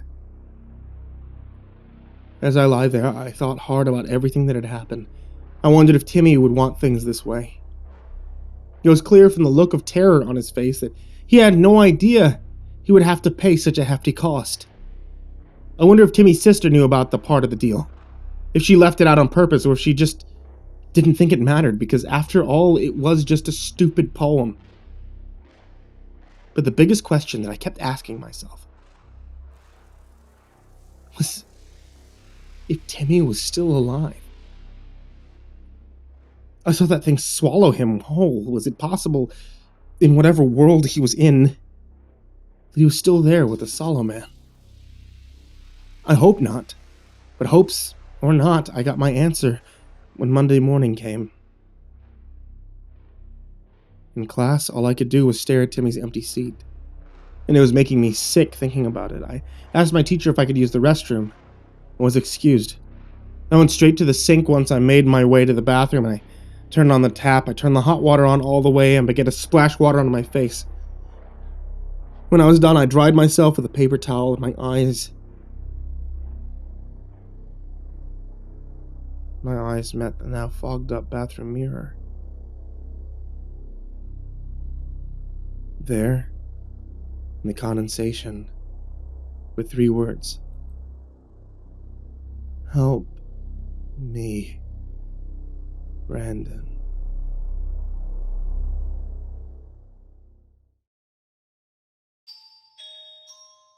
You should really pay attention to the things your kids watch on TV. I remember the first time I was snapped from my cartoon-laced delusion. I lost a part of my childlike innocence that day. It shaped my views of the world forever. My older sister and I were watching television like we did every evening before bed. It was the early 90s. I was barely 6 years old. My sister was almost 9. A special report from Illinois popped up on the TV showing a large man. He wore a sinister grin that was exaggerated by a smear of red makeup. Blue triangles turned up most of the area around his eyes. The rest of his face white like cold cream. His suit was complicated. Strange clown suit, full of it. Half of it was solid red, the other half red and white striped. Frilly red and white collar puffed from under his second chin. A white-gloved hand was raised in a frozen wave. The newscaster said the man had been arrested for taking the lives of 33 young boys. We lived nowhere near Illinois, but my young mind didn't understand that. I barely was able to understand or process what I was hearing. All I knew was that 1 hour ago I liked clowns. After seeing this, I was terrified, especially being a young boy myself. I can't remember the next part, but it was talked about so much by my family members over the next few years that I almost feel like I do. 6-year-old me burst into hysterics. I was heard throughout the house wailing to my sister, "But Bubby, I thought all clowns were nice." It was an hour before I was able to be calmed. My dad sat me down, got out his map of the United States, and showed me how far away from Illinois we were. When that didn't work, he explained that they'd caught him and locked him away. The world was safe from him forever. I couldn't understand why anyone would hurt children, let alone a clown. Clowns were supposed to bring joy, happiness, laughter, not hunt down boys and stack their bodies underneath his house. My father distracted me with something normally forbidden for bedtime: ice cream. My childhood innocence and mirth slowly returned with each syrup-drizzled bite. But only a percentage. Before long, my dad was able to get me to fall asleep. Part of me knew it still bothered me. Couldn't figure out why. Flash forward decades later. I'm divorced with a 15-year-old son of my own that my ex Rachel and I share custody of. I still absolutely hate clowns. Last Christmas, Rachel sent me a wind-up clown figure, a special FU for the holiday season. Tried to be the bigger person, however, I couldn't help but send a thank you card in response. It contained only 5 words. Thanks for the excellent gift. That wasn't bad enough. The new year brought a new trend. News reports all over the United States were appearing left and right about, of all things, clown sightings. It's quickly becoming known as the Year of the Clown. They're popping up everywhere: schools, supermarket, parking lots, forests, backyards, etc. Some stood there harmlessly, but there were others with far more sinister intentions. Part of my subconscious reverts to the age of 6 every time a new sighting's announced. I'm too jumpy to conceal and carry, so I always keep a knife on me, just in case. I figure it's only a matter of time before one pops up where we live. If I ever do encounter one, hopefully, it stands there like a creep. juvenile event for sure, but one that seems to unnerve the whole country. Halloween's barely 7 short months away. Brody will be 16 by then and too old for trick-or-treating. I still can't help but worry about the upcoming holiday. He'll most likely want to go out with his friends, and I'd stopped accompanying when he was 11. If the clown shit didn't let up, I'd have to keep him home this year. I'd rather have him be pissed off at me than in danger, or worse, dead. The trend intensifies, spreading worldwide instead of just being limited to the US. The week before Halloween is rapidly approaching, and I'm arguing with Brody about wanting to go out. After telling him for the 10th time how I won't change my mind, even though it hurts me to say, he charges off to his room and slams the door. The moment it closes, I hear a torrent of furious swears, of complaints from within his room. And later I feel bad about what happened, and I go to his room to end the night on a better note. The space under the door shows the glow of his bedroom light, signaling he's still awake. After a knock, I turn the knob, I open the door. Within the hoarder's hell that is his room, I finally locate a Brody-shaped bundle under the covers of his bed. Must have dozed off with the light on. I'm not wanting to disturb him. I turn off the light, I shut the door. I wash the dinner dishes. Turn off the kitchen lights before attempting to head off to bed myself. I hover over the sink and I look out the window while I let my hands air dry. Blood in my veins chills as I notice something out of place in my periphery. A motionless figure stands against the blowing branches of the tree at the edge of the woods. A clown. With electric green hair, red makeup on a white face. I clench my eyes shut, and I slam my hands on the edges of the sink to try to wake myself up from the nightmare that's before me. When I open my eyes again, no one's there. I blame it on exhaustion. It's early. It's easier to accept than the truth. Go to bed. Clowns chase me through my dreams till the morning. Morning greets me with sweaty disdain. I awake disoriented and more tired than I was before I went to sleep. After making sure Brody is set to go to his mother's house for the weekend, I head off to work. It's an uneventful work day, which is how I like it. It's a gas station less than 2 miles from my house, so I stop to get some beer and L&Ms. Cashier tells me to have a good night. Be careful. I nod in response. I open the door to leave. Sun starts to set early this time of year. When I walk out into the parking lot, clear blue sky is already replaced with a pink and orange sunset. My car turns the last corner before home, and there it stands. The green-haired clown. He stands off in the woods staring at me. A white-gloved hand creeps up and waves. Freezes. Just like the clown from the 90s news report. My mind instantly takes me back there, and I struggle to keep the car on the road. It's difficult to perform such an adult task while reverting to such a childish emotional state. When I look in the rearview mirror, the clown is still at the edge of the woods, but walking the same direction that I'm driving. What's the point of all this? There are hundreds of people nearby to harass. Why choose me? I pull into the garage as quickly as I can, and I hit the button to lower the door. I hold my breath until I hear it close behind me. I run inside, and I quickly call the police. After the operator takes my information, she tells me there had been several reports of clowns lately, but so far, they've been harmless. She assures me they will investigate it before hanging up the phone. My mind races. I run to the house, checking all the doors and windows to make sure they're locked. The woods at the edge of my yard look no different than they do any other night. The assumptions made, the police are on their way to check the neighborhood. So I start to relax a little with the help of a beer or two. 4 beers in, and it's cigarette time.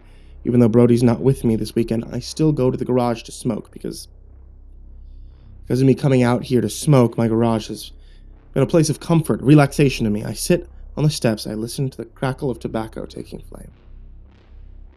Now, I've been smoking since I was 14. It's been the longest commitment of my entire life. I love everything about it, having only stopped once when Rachel was pregnant with Brody. I catch myself humming a tune that I'm not too sure of. Halfway through with a cigarette, a sound rings through the acoustics of the garage that doesn't belong. A click of a car door handle slices through the silence like a katana. There's barely any time to move or react. Tufts of erratic electric green hair poke out through the top of the door as the figure stands to get out of the car. He walks towards me. He's cocking his head to one side, then the other like a dog, sizing me up. He's cornering me in the direction, leading away from the door, leading inside. This is bad. What do you want? What do you want? I shout at him. No answer. I take out my wallet and I throw money at him. Here, just take this and go away, please. Again. No answer. He's closer to me now than ever. There's not much room left behind me until I'm backed into the corner and I have no limited options. He stops about 4 feet away from me, reaches into his clown suit and pulls out a gun.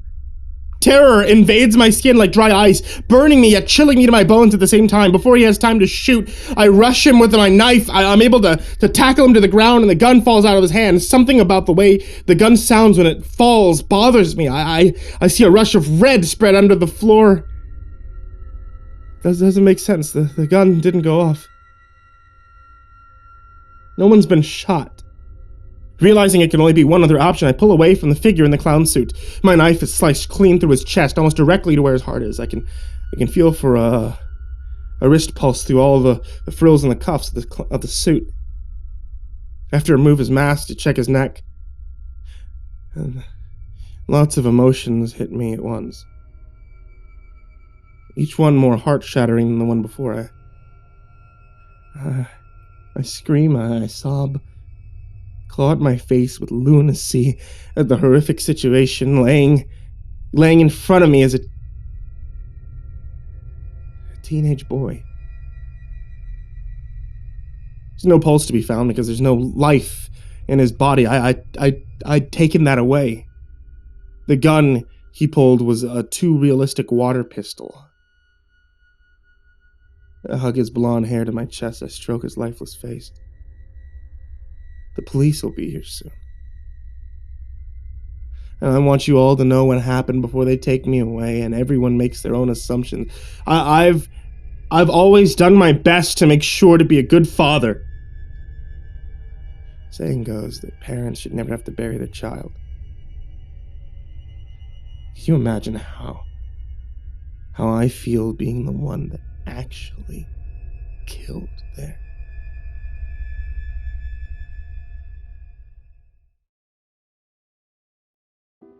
Anyone who's ever worked at the night shift before can tell you it's not easy pushing your body past its natural inclination to stop and rest.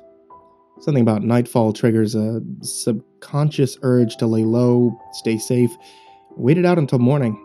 Sure, you can manually override that impulse, but there's a certain point you never want to reach. And something deeper in your mind starts to push back when your own brain starts playing tricks on you. I work at a shitty 24-hour gas station at the edge of town, and the night shift here is, to put it nicely, something else. On the best days, it's an exercise in maintaining sanity in a state of self-imposed solitary confinement. On the worst days, well, it's a lot worse. A few months back, we had a part-timer named Drake. He seemed like a bright guy, hadn't had any problems with him during the daylight hours, so the owners gave him a shot at the night shift. He seemed fine when he took over my clerk duties one midnight. By dawn, he had already lost all his clothes, by which I mean he genuinely lost them. Told us he had no idea where they ended up. A regular named Old Bob came in the next morning and caught Drake standing butt naked by the hot dog roller, blank stare on his face and drool running down his chin. An overly optimistic young hire named Lindsay was the one who replaced Jake. After a week of training, she insisted she was ready to take on the overnight challenge. To her credit, she made it 3 nights before cracking. Poor Lindsay called the sheriff's department at 4 a.m, ranting about how she'd fallen into a, quote, time vortex while cleaning behind the frozen drink machine. She swore she'd been trapped in a pocket dimension inhabited by dog people for several weeks. Before any of you get excited, let me assure you that her story falls apart upon closer examination. I checked behind the frozen drink machine and didn't see any time vortices.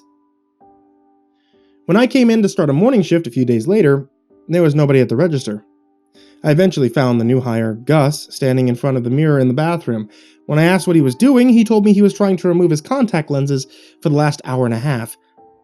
After the paramedics got him cleaned up, he came to his senses and confessed he wasn't even wearing any contact lenses.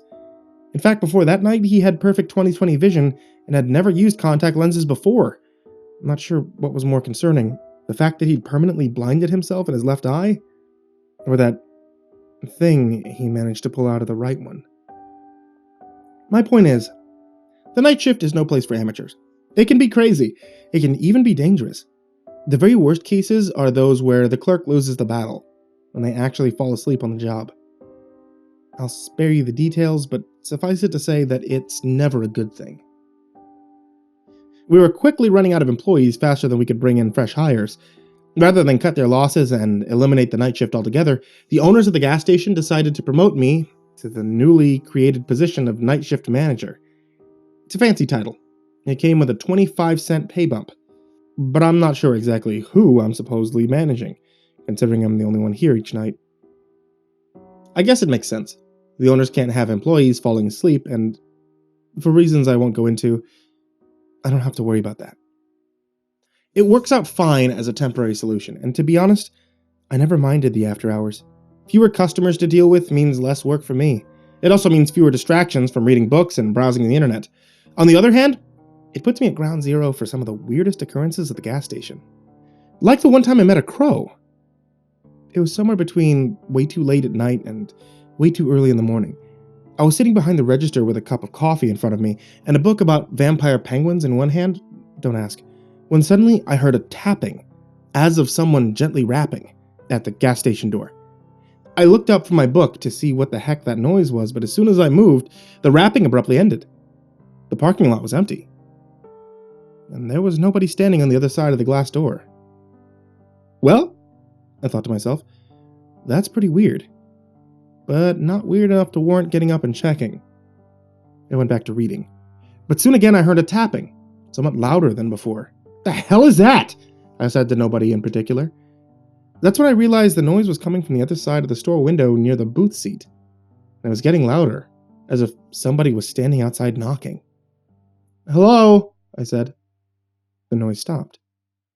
I went back to reading my book, but before I could find out where I left off, the knocking started up again. Oh, come on! The tapping grew louder, but I stayed put. After all, the only thing dumber than sitting back and trying to ignore that mystery tapping was getting up and investigating the mystery tapping. But eventually, it became unignorable, and against my better judgment, I put the book away, and I left my post to check and see what was going on. I was only a step from the front door when the noise stopped again. I cautiously pushed it open enough to peek out and see if I was dealing with another crazy hobo. But the moment the door opened, a crow fluttered in over my head, flapping its wings frantically and caw screaming at me. I covered my eyes and face and rushed back to my spot behind the counter. The bird shrieked and grabbed at my hair the whole time. I swung at it, trying to bat it away, but it was too fast, fluttering just out of my range with each pathetic strike, then swooping back down and pecking at my hair before retreating back into the air. A few panic-stricken seconds later, I was hiding underneath the counter and searching for a weapon. As the thumping in my chest slowly returned to reasonable levels, I became aware of two unsettling facts about my current situation. First, there was no weapons anywhere in range. And second, the screaming animal currently perched atop the cash register right above me was not actually saying caw. It was saying a completely different word. A word no animal outside of the human variety should ever be able to say. Amway! Amway! I sat on the floor, leaning against the wall of the counter, and focusing on the noise. There was no mistaking it, the crow was definitely saying Amway. In a pathetic attempt to scare it off, I punched the counter above me and shouted, "Hey, get out of here!" The crow responded with a squawk and then, "Amway, work from home, be your own boss." I slowly pulled myself out from under the counter, got myself upright, and reached for the phone while the jet black bird stood on the cash register and stared at me. As soon as my fingers reached the receiver, it started screaming louder, faster. "Exciting news! Join my network! Organic gold is the future of coffee! It works! Infinitus for beauty!" "Shut up!" I yelled, but the bird just kept screaming, even louder, drowning me out and filling the room with its multi-level marketing bullshit pitches. "Herbalife! Buy directly from the wholesaler! New skin! Stay young forever! Doctors don't want you to know the secret of the perpetual youth! Vector marketing! Cutco! Sell knives door to door if you want to be a millionaire! I tried dialing the number from my contact at the sheriff's department, but the crow was way too loud. Even if the call went through, I wouldn't be able to hear or talk to anyone on the other end. The crow wasn't slowing down, and it sounded like it wasn't even taking a breath between rants. I grabbed the prey line from the display on the counter and threw it at the noisy son of a bitch, but the crow hopped into the air and avoided it. Rowe, sell your leggings from the comfort of Facebook. Get rich and make friends. Very sexy, very cool. I put the phone down and screamed, "Those are all scams, you stupid bird!" In an instant, the gas station was deathly quiet.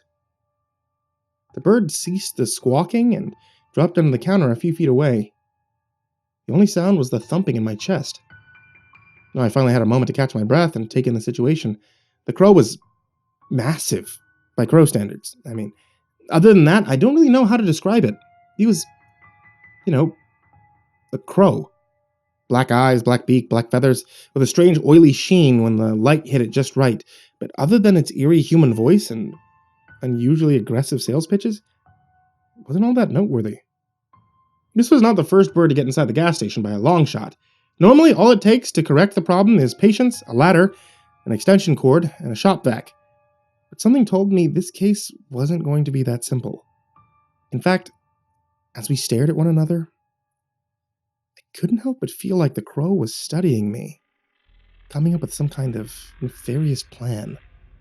I kept my movements slow and deliberate. Last thing I wanted was to spook the bird and set it off again.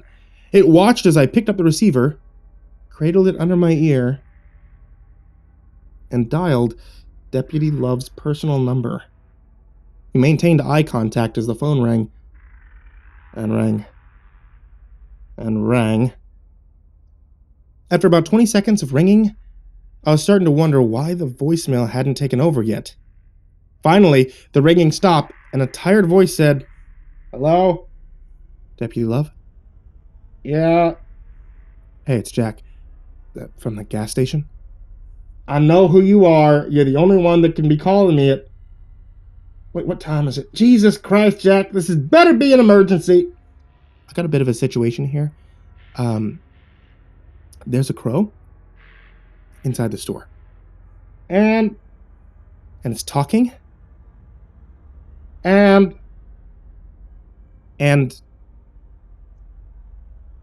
I'm sorry, maybe you didn't hear me. I said there's a talking crow inside the gas station." "So he's talking in English?" "Did you really call me for this, Jack? Jack, let me remind you about the rules of our relationship. If it's not life-threatening, I don't care. Crows can talk. They're like parrots. Call animal control in the morning and don't go near it. I assure you it's more afraid of you than you are of it. Now leave me alone. Don't call me back unless something's dead or dying." With that, he abruptly hung up on me. I stared at the receiver as the crow squawked. "What'd he say?" "He says crows can talk," I answered. "Well, that's a relief," squawked the crow. "Hang on," I said. "Something about this still doesn't feel right." I reached for my backpack under the cigarette case and pulled out my laptop. A minute later, I had it set up and connected to the internet. The crow bounced up the counter and over to the side of the keyboard. It looked at the pictures of crows on the screen and squawked. "What does it say about me?" "It says Deputy Love was right. Some crows can imitate humans. Also says crows are extremely intelligent." "Cool," squawked the crow. "No," I said. "This still isn't right. The experts say crows can imitate voices." Crow bristled and asked, "So? So you're obviously not imitating someone? You're literally having a conversation right now." "Are we?" "Aren't we?" "How do you know I'm not just repeating a series of very specific phrases I learned over the years?" We stared at one another for a moment longer. I tried not to blink first, but eventually my eyes began to sting and I caved. The second my eyelids closed, the crow squawked loudly, flapped its massive wings, and landed on top of my laptop screen, riding it down as it snapped shut in front of me. "Hey!" I yelled. "What's your problem?" "Listen up," the crow said. Its voice was different. No longer a squawk. Now, somehow, he'd evolved into a smooth whisper, like that of a dealer in a dark alley. "I'll be honest with you, Jack. All this pyramid scheme stuff is just a ruse. I wanted to test your reaction, see if you were the gullible sort. I'm happy to say you passed. You're just as clever as I suspected." "What are you talking about?" I asked. "I need a favor from you. A big one. I'm willing to pay for it." I shook my head. "I don't use crow money." "Is that even a thing? Crow money?" "I can make it worth your while.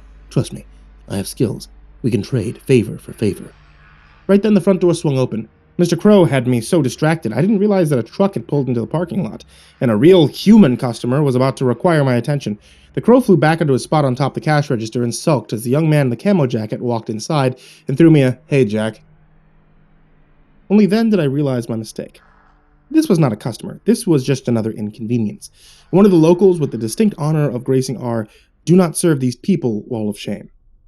He walked up to the counter, pointed at the display behind me and said, "Pack a Skull Original, please." I took a breath. "What are you doing, Travis? You know you're banned for life." "What?" Travis asked with a confused head shake. "Still?" "Yes, still, always." "All right, well, in that case, just give me a pack of Marlboro Reds." "You can't. You're banned." "Hey, what's with the bird?" Travis gave the Crow a come-at-me face. "Oh, he talks." "Cool. Polly want a cracker?" Crow squawked, "Fuck you!" Travis went red in the face. "Fuck me? Fuck you, bird!" Crow shot back with a deep voice. "Your mother sucks cocks in hell." "The fuck did you just say to me, you cricket-eating, no-arm motherfucker?" Travis took a step towards the animal, but the Crow reacted by going airborne, flapping its wings and emitting a deafening sound like 100 car alarms going off at once. It flew towards the man with its talons extended at eye level. Travis spun around and screamed incoherently while racing out the door. As soon as it had shut behind him, Crow went silent and landed on the counter. I snapped a couple times next to each ear just to make sure I hadn't gone deaf with the explosion from the Crow's noise, then asked, "What the hell was that?" "What?" the Crow asked defensively. "That gentleman clearly didn't understand that he'd outworn his welcome. You were having trouble communicating this. No need to thank me." "I wasn't planning on it." "Great." "So, listen. I was sort of in the middle of something when you showed up. What's it going to take to get you to leave me alone?" The Crow hopped over to the edge of the counter in front of me, looked to both sides like it was checking to make sure we were still alone, and whispered, "I need you to kill a cat." There's an expression in French called l'appel de vide. It refers to a short burst of subconscious desire to do something absolutely crazy and irrational. Literally translated, it means the call of the void. If you've ever leaned over a building's ledge and thought, for one brief second, I could jump right now, that's l'appel de vide. As I looked at the animal in front of my face, I had a sinister thought pop up into my mind. From this close, I could easily reach out and grab the Crow by the neck, before it had any time to escape. Was it testing me? Or was it showing off how little of a threat it considered me to be? I dismissed that crazy thought, then took the next one in line. Wait, a cat? Like any cat? Why? Also, no. "There's a specific cat that's been harassing me for the last couple of weeks. He's a real pain in the cloaca. I need you to off him for me. In exchange, I'll take care of an enemy for you. Anyone you want. Seems to me your life might be a little easier if that Travis guy weren't around anymore." Why do you need me to kill a cat? You seem more than capable of doing it yourself. "Of course I am." The Crow laughed, as in it genuinely let out a human guffaw that lasted all of 5 seconds. "Have you ever seen Alfred Hitchcock's Strangers on a Train?" Have you? "I'm a crow, Jack. Of course I've seen it." Oh. Okay. "Here's the deal. My girlfriend loves this cat. She considers him her pet, and she's smart. If I kill him, she'll figure it out and never forgive me. No, I can't risk that. I need a rock-solid alibi. That's where you come in. If you were the one to kill him, she'd never even know I was involved. Then I can take care of someone of your choosing, and nobody will ever trace it back to you. No one could ever link us. We don't hang out in the same social circles. We're not friends. We're not even the same species. You're just a stranger on a train." I think I liked you better when you were just pushing scams. The Crow's head spun around almost 180 degrees, aiming at something on the other side of the store by the boiled peanuts. "Silent human, you hear that?" it asked in another brand new voice, this one sounding suspiciously like Arnold Schwarzenegger. "No? Hear what?" It leapt from the counter and dive-bombed towards the other end of the room, swooping around the grocery store aisle, disappearing from view. For the next minute, I didn't see or hear anything. It was enough time for me to truly reflect on the absurdity of the situation. Here I was, talking to a crow, negotiating with a crow. Did any of this make sense? No, of course not. What the hell am I even doing? Is any of this real? Just as I was beginning to suspect the answer might be no, the crow flew over the shelves and returned to the counter, a dead and half-eviscerated rat corpse dangling from its beak. He dropped the rodent's body right on top of the closest computer, where it twitched a few times before the crow proudly announced, "You're welcome, Jack." Well, that's the grossest thing I've seen in a while. I moved to grab some paper towels, but the crow jumped and landed on my right shoulder and squeezed its claws right through my shirt and into my skin, then moved in, putting its bloodiest beak uncomfortably close to my eye. I stayed perfectly still. "Do we have a deal?" it squawked in its loud Amway voice.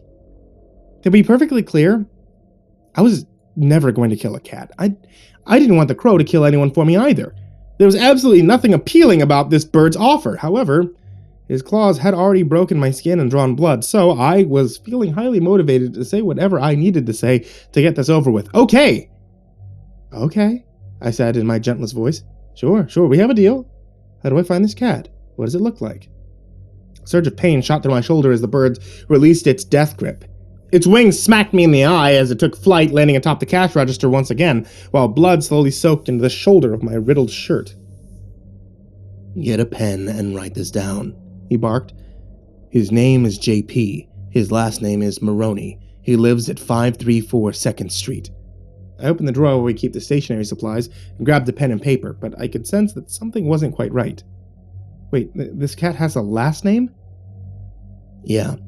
He works at the high school and he lives alone. The best times to off him are evenings and weekends, but you'll have to be careful. He has a watchdog named Max. You need to kill or drug him first. He's allergic to peanuts and keeps an EpiPen." Wait, I interrupted. You're talking about Coach Maroney from the high school? That's the one. But Coach Maroney is a human. I'm well aware of that fact. You said you wanted me to kill a cat that was harassing you. That cat has been harassing me, Daddy-O. We stared at one another as the awkward realization fell into place for both of us. I realized that he was using outdated slang this whole time and expected me to commit literal human-on-human murder. He realized that I was already notably hesitant about the idea of killing a literal cat. For the first time in my life, I realized that a bird was actually disappointed in me, and I won't lie. It was a real low point. Before either of us could say anything else, a pair of headlights lit up the building. A truck pulled into the handicap spot right outside the door. With the high beams on and the engine still running, the driver stepped out of the vehicle. "Oh shit!" squawked the crow. He had already noticed something I hadn't. I couldn't even get out a question before he jumped off the cash register and flew away, landing atop the cold drink case as the door swung open. Soon, I understood why the crow was spooked. It could have been the pantyhose mask the man was wearing around his face, or it could have been the pistol in his hand, which was now pointed at my face. "Open the register!" he screamed, shaking the gun at me with each syllable. "Okay," I said softly and slowly, trying to keep the man calm. This was far from my first robbery, but no matter how many times you have a gun pointed at your face, it never gets any easier. The key to surviving is making sure not to escalate the situation. The fact that he's wearing a mask is a good thing, I told myself. He's looking for money, not blood. I kept my hands in front of me and let him watch as I stuffed the cash into a paper bag. "Coins too!" he screamed. "Really?" I didn't mean for it to sound patronizing, but I couldn't help it. He shook the gun angrily, dangerously. I looked down at the open register and said, "Okay, sorry, coins it is." As I scooped out a handful of pennies, I heard something that gave me a whole new level of anxiety. It was a loud voice booming right behind the armed robber. "Freeze! This is the police." The robber spun around and pointed the gun at the empty room, searching for the source of the noise with a series of quick head jerks, then shouting, "Who the hell said that?" I tried my best to keep him calm. I didn't hear anything. "Bullshit!" The man spun around. Before I knew what was happening, he'd already reached across the counter with his free hand, grabbed me by the collar, and pulled me halfway over to meet his gun. He pushed the barrel hard enough against my temple to leave a bruise and shouted in my face, "Who else is in here right now?" I couldn't decide between nobody and I don't know. And in the panic of the circumstances, my brain combined them both and I stammered, "I don't know, buddy." A growling voice filled the air. "I'm your worst nightmare." The masked man released his grip, stepped back, and turned his head over his shoulder, keeping his weapon pointed at me. For the briefest of moments, I felt another lapel de vide. I could probably get the gun away from him if I... No, I'm not going to turn a bad situation into a tragedy. This will all be over soon. We just need to make sure that nothing else crazy happens. Right about then, something else crazy happened. The crow jumped into the air and swooped down at the man. There was a noise like Velcro ripping apart, a scream, and then warm liquid hitting me in the face. My overload senses didn't have time to catch up to what had just happened before the gunshot started.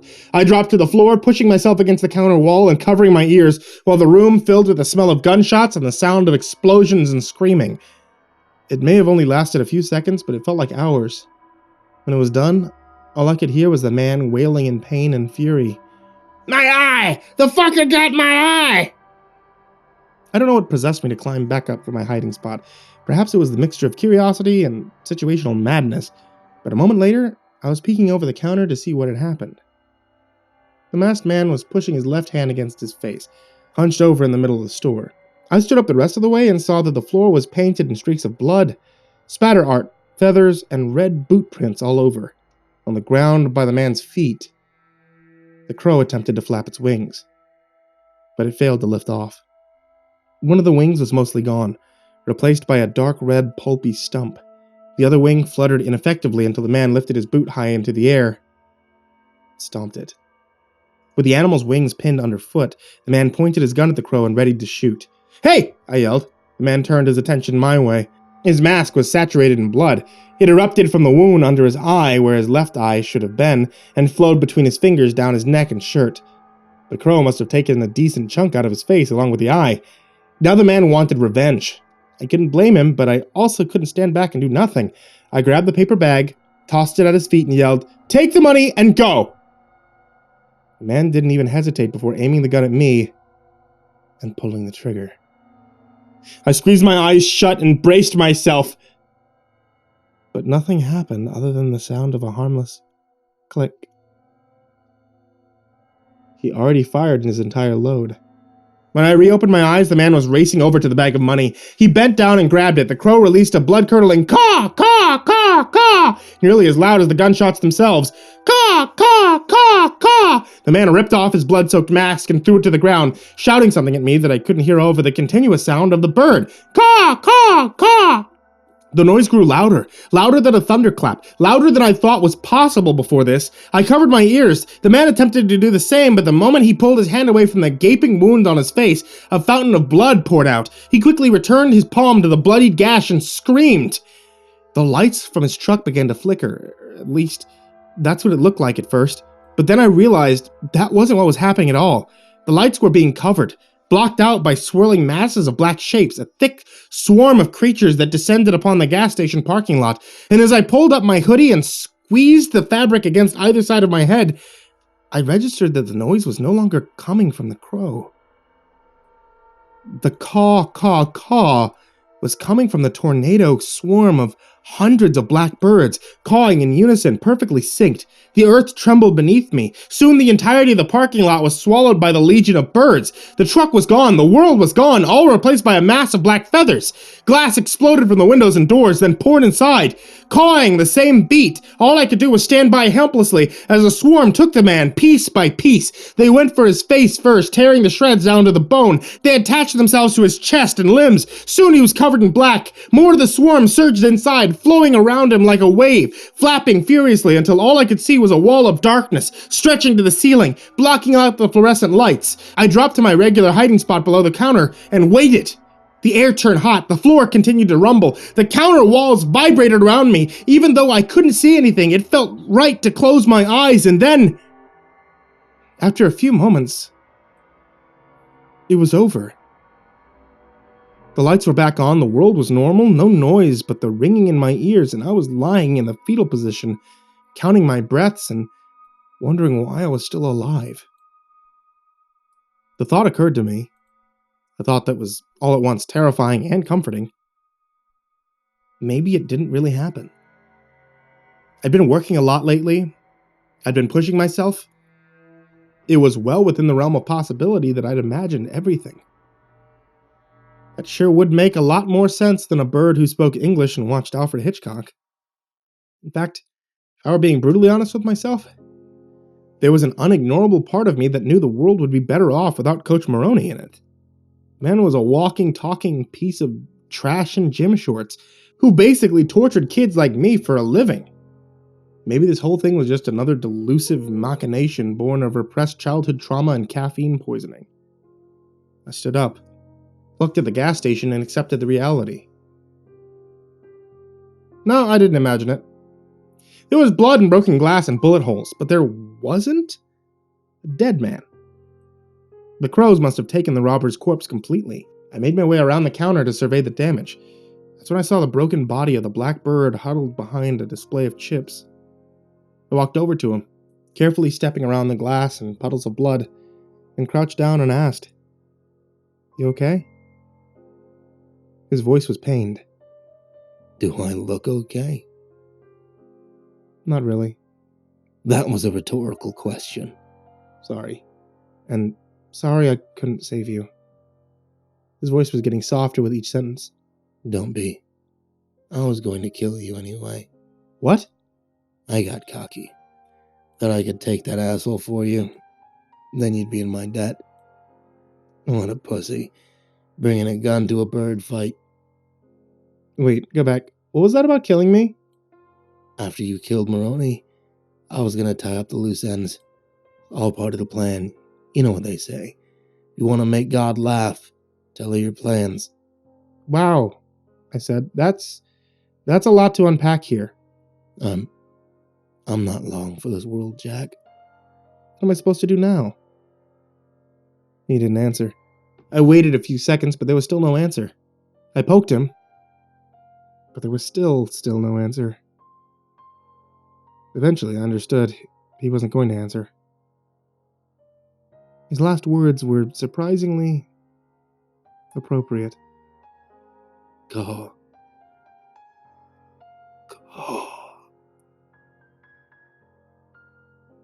I turned towards the shattered front door to see a crow perched atop the hood of the robber's truck, watching me intently.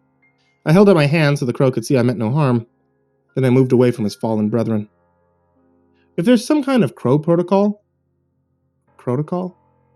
for dealing with this deceased, I didn't want to interrupt and get permanently marked as an enemy. I'd happily let someone else deal with this. Besides, I needed to make a phone call. Deputy Love picked up after the 20th ring and begrudgingly said, "Hello? Hey, it's Jack, from the gas station." "I know where you're from. Remember what I told you earlier, or did I just dream we already had this conversation?" "No, I remember. Don't call unless someone's dead or dying." "Well?" he asked pointedly. "Well," I answered. "I called, didn't I?" It took a full 10 seconds for the implication to land. Finally, Deputy Love muttered, "Oh, I'll be there in half an hour. Put on a fresh pot of coffee and don't touch anything." I hung up the phone, pulled out my book, and went back to minding my own business.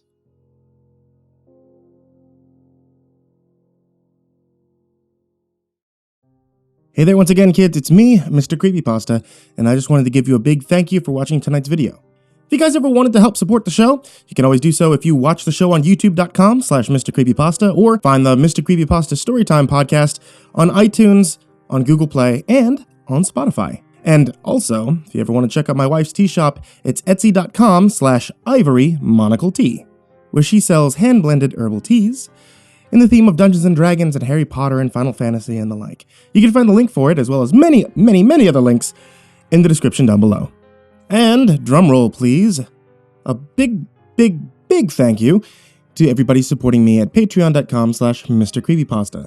People such as Taysia-lynn, Genobaga-Arneho, Daniel Poulsen, Trace Miles, Jordan Alexander Sanchez, Wayne Milstead, Dr. Strawberry, Chompski, Ken Lando Higuchi, Brianna Tine-Janzen, Nicholas Saeid Elyasin, Buddy Burroughs, Stephen Van Huss, Kai Albertson, Goonington, G. Weevil 3, Chance Burnett, Diane Kraus, Asia, Gabrielle the Baca, TheRedOakShieldVirus, Sindee Barney, Titty Connoisseur, really? Titty connoisseur? Melissa Sweigart, Dante Rowe, Last Blade Song, Cross Rights, The Ginger Bros, Eliminator 86, Andrew Steinberg, Jason Sistma, Holy Realm, and Rafael Rodriguez. Thank you so much to you guys out there on Patreon, to all of you listening to either the podcast or the YouTube show. And that is everything, guys. Thank you so much for listening, and sweet dreams.